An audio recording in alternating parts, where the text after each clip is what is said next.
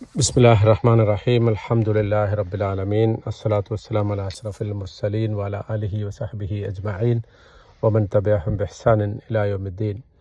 ബഹുമാനരായ സഹോദരന്മാരെ, അസ്സലാമു അലൈക്കും വറഹ്മത്തുള്ളാഹി വബറകാതുഹു. അള്ളാഹു ഇഷ്ടപ്പെടുന്ന മറ്റൊരു വിഭാഗം ജനങ്ങളാണ് വാങ്ങുമ്പോഴും വിൽക്കുമ്പോഴും അതുപോലെ തന്നെ കടം തിരിച്ച് ചോദിക്കുമ്പോഴും ഒക്കെ ഉദാര മനസ്കത കാണിക്കുന്ന ആളുകൾ. അതുപോലെ തന്നെ കടം തിരിച്ചു കൊടുക്കാനും ആ ഒരു ഉദാര മനസ്കത കാണിക്കുന്നത്. നബി സല്ലല്ലാഹു അലൈഹി വസല്ലം അതിനെക്കുറിച്ച് പറയുന്നുണ്ട്. ഇന്നല്ലാഹ യുഹിബ്ബു സംഹൽ ബൈഇ സംഹൽ ശിറാഇ സംഹൽ ഖലാ. അല്ലാഹു സുബ്ഹാനഹു വ തആല വിൽക്കുമ്പോഴും വാങ്ങുമ്പോഴും കടം തിരിച്ചു നൽകുമ്പോഴും ഉദാര മനസ്കത കാണിക്കുന്നവരെ അള്ളാഹു ഇഷ്ടപ്പെടുന്നു. സാധാരണഗതിയിൽ നമ്മൾ ഒരു കച്ചവടം നടത്തുമ്പോൾ അല്ലെങ്കിൽ ഒരു സാധനം വാങ്ങിക്കാൻ വേണ്ടി നമ്മൾ പോകുമ്പോൾ പലപ്പോഴും നമ്മൾ വില പേശാറുണ്ട്. അത് ചെറിയ വിലക്ക് കിട്ടാൻ വേണ്ടിയിട്ടാണ് നമ്മളത് വില പേശുന്നത്. പലപ്പോഴും അങ്ങനെ നമ്മൾ വില പേശുന്ന സ്ഥലങ്ങൾ ചെറിയ കച്ചവടക്കാരുടെ അടുത്തായിരിക്കും. വലിയ സൂപ്പർ മാർക്കറ്റുകളിലോ വലിയ മാളുകളിലോ ഫിക്സഡ് പ്രൈസുള്ള സ്ഥലങ്ങളിലോ പോയിട്ട് നമുക്കങ്ങനെ ബാർഗെയിൻ ചെയ്യുന്നതിന് അവസരം ലഭിക്കാറില്ല. അത് ഫിക്സഡാണ്, നമുക്കെല്ലാവർക്കും അറിയാം. നമ്മളത് കൊടുത്ത് വാങ്ങിക്കുകയാണ് ചെയ്യുക. പക്ഷേ ചെറിയ ചെറിയ കച്ചവടക്കാരോട് അല്ലെങ്കിൽ ചെറിയ അത്തരം സൂക്കുകളിൽ നമ്മൾ വില പേശാറുണ്ട്. പക്ഷേ അവിടെ നമ്മൾ മനസ്സിലാക്കേണ്ട വളരെ പ്രധാനപ്പെട്ട ഒരു കാര്യം, നമുക്കൊരു രൂപ, ഒരു ദിനാർ, ഒരു റിയാൽ എന്നൊക്കെ പറയുന്നത് വലിയൊരു കാര്യമല്ലായിരിക്കാം. പക്ഷേ ഈ പല ചെറുകിടക്കാരായിട്ടുള്ള കച്ചവടക്കാർക്ക് അത് വലിയ, അവരുടെ കച്ചവടം നടക്കണോ വേണ്ടയോ എന്ന് തന്നെ തീരുമാനിക്കുന്ന ഘടകമായിട്ട് ഈ ഒരു ചെറിയ ചെറിയ സംഖ്യകൾ മാറാറുണ്ട്. അതുകൊണ്ട് തന്നെ ആയിരിക്കണം നബി സല്ലല്ലാഹു അലൈഹി വസല്ലം ഈ രൂപത്തിൽ കച്ചവടം നടത്തുമ്പോഴും വാങ്ങുമ്പോഴും അതുപോലെ തന്നെ കടം തിരിച്ചു നൽകുമ്പോഴുമൊക്കെ ഒരു ഉദാര മനസ്കത കാണിക്കണം. അങ്ങനെയുള്ള ആളുകളെ അള്ളാഹു ഇഷ്ടപ്പെടുന്നു എന്ന് പറഞ്ഞ് നമ്മളെ പ്രോത്സാഹിപ്പിക്കുന്നത്. ഇതിൽ നേരത്തെ പറഞ്ഞ പോലെ കടം തിരിച്ചു ചോദിക്കുമ്പോൾ വിട്ടുവീഴ്ച കാണിക്കുന്നതും കടം കൊടുക്കുമ്പോൾ ഉദാര മനസ്കത കാണിക്കുന്നതും ഇതിൽ ഉൾപ്പെടുന്നു. പക്ഷേ കടം തിരിച്ചു കൊടുക്കുമ്പോൾ ഉദാര മനസ്കത കാണിക്കുന്നത് ഒരിക്കലും പലിശയുമായി ബന്ധപ്പെട്ട ഒന്നല്ല, മറിച്ച് ആ കടം തിരിച്ചു കൊടുക്കുന്ന ആൾ അയാളുടെ സ്വന്തം ഇഷ്ടപ്രകാരം, സ്വന്തം പൂർണ്ണമായിട്ടുള്ള സ്വാതന്ത്ര്യപ്രകാരം കൊടുക്കുന്ന ഒന്നായിരിക്കണം എന്നർത്ഥം. അള്ളാഹു സുബ്ഹാനഹു വ തആല പരിശുദ്ധ ഖുർആനിൽ മുന്നറിയിപ്പ് നൽകി. അതായത് തുടക്കത്തിൽ തന്നെ, വിശുദ്ധ ഖുർആൻ്റെ അവതരണത്തിൻ്റെ ആദ്യ കാലഘട്ടത്തിൽ തന്നെ മുന്നറിയിപ്പ് നൽകിയ ഒരു വിഭാഗമാണ് വൈലുൽ ലിൽ മുത്തഫിഫീൻ എന്ന് വിളിക്കുന്ന മുത്തഫിഫീങ്ങൾ. അളവിലും തൂക്കത്തിലും കുറവ് വരുത്തുന്ന ആളുകൾ, അവർക്ക് നാശം എന്ന് അള്ളാഹു പറയുന്നുണ്ട്. അതായത് കച്ചവടത്തിൽ നിന്ന് ലാഭം കൊയ്യാൻ വേണ്ടി അളവിലും തൂക്കത്തിലും ചെറിയ ചെറിയ മാറ്റങ്ങൾ വരുത്തുന്നതിനെയാണ് മുത്തഫിഫീൻ എന്ന് പറയുക.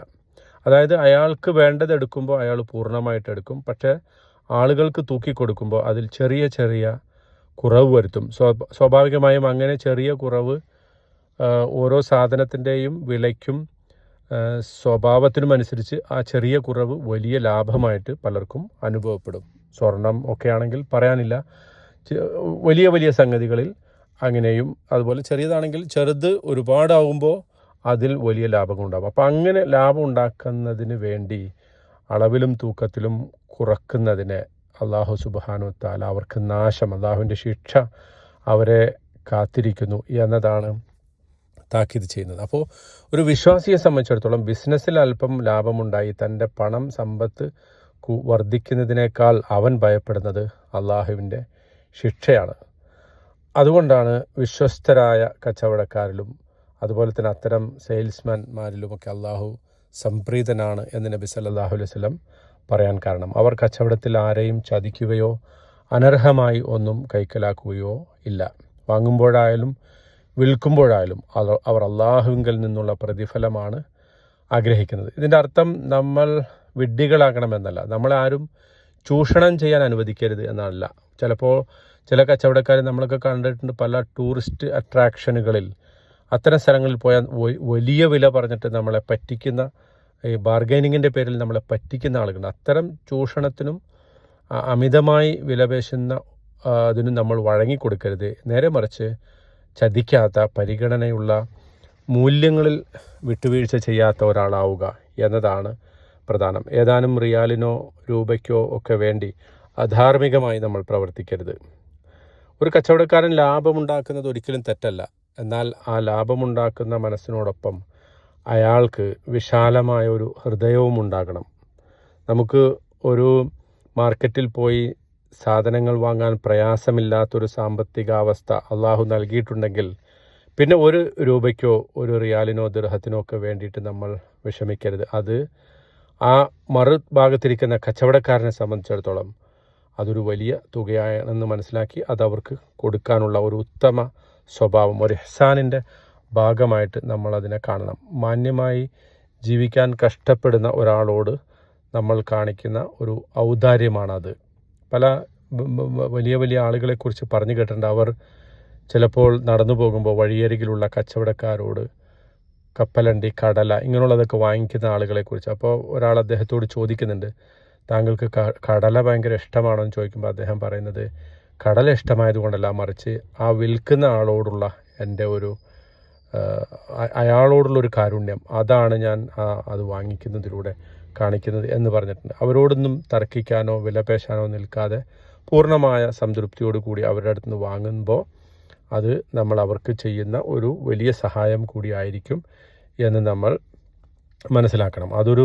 ഒരർത്ഥത്തിലൊരു സദക്ക കൂടിയാണ്. നമ്മൾക്ക് ഒരു പൈസ കൊടുത്തിട്ടൊരു സാധനം കിട്ടുന്നുണ്ടെങ്കിൽ കൂടി സദക്കയാണ്. കാരണം അവർ മാന്യമായി അധ്വാനിച്ച് ജീവിക്കാൻ ശ്രമിക്കുന്ന ഒരാളെ നമ്മൾ സഹായിക്കുക കൂടിയാണ് ചെയ്യുന്നത് എന്ന് നമ്മൾ മനസ്സിലാക്കുക. വാങ്ങുമ്പോഴും വിൽക്കുമ്പോഴും കടം വീട്ടുമ്പോഴും അത്തരം പരിഗണന നമ്മൾ കൊടുക്കുക. സത്യസന്ധരായ കച്ചവടക്കാർക്ക് സ്വർഗത്തിൽ ലഭിക്കുന്ന ഉന്നതമായ പദവിയെക്കുറിച്ച് നബി സല്ലല്ലാഹു അലൈഹി വസല്ലം പറഞ്ഞിട്ടുണ്ട്. അത്താജുറു അസ്സദൂഖുൽ അമീൻ മാൻ നബിയന വസിദ്ദീഖീന വശുഹദാ.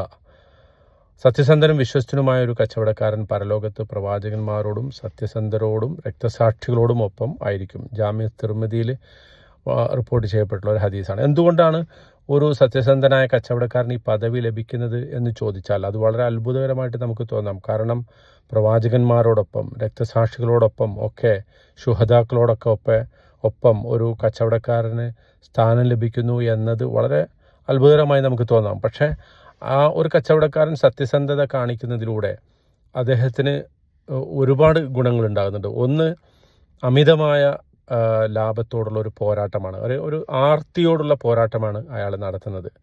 സാധനങ്ങളുടെ ഗുണനിലവാരത്തെക്കുറിച്ച് കള്ളം പറയാനോ അല്ലെങ്കിൽ ചെറിയ ലാഭത്തിന് ചതിക്കാനോ ഒക്കെയുള്ള ഒരു പ്രലോഭനം ഒരു കച്ചവടക്കാരൻ എപ്പോഴും ഉണ്ടാകും. കാരണം പലപ്പോഴും നമ്മുടെ അടുത്ത് വരുന്ന ആളുകൾ അത്യാവശ്യക്കാരനാണെങ്കിൽ അത്യാവശ്യക്കാരനെ എളുപ്പത്തിൽ പറ്റിക്കാൻ നമുക്ക് നല്ല സാധ്യതയുണ്ട്.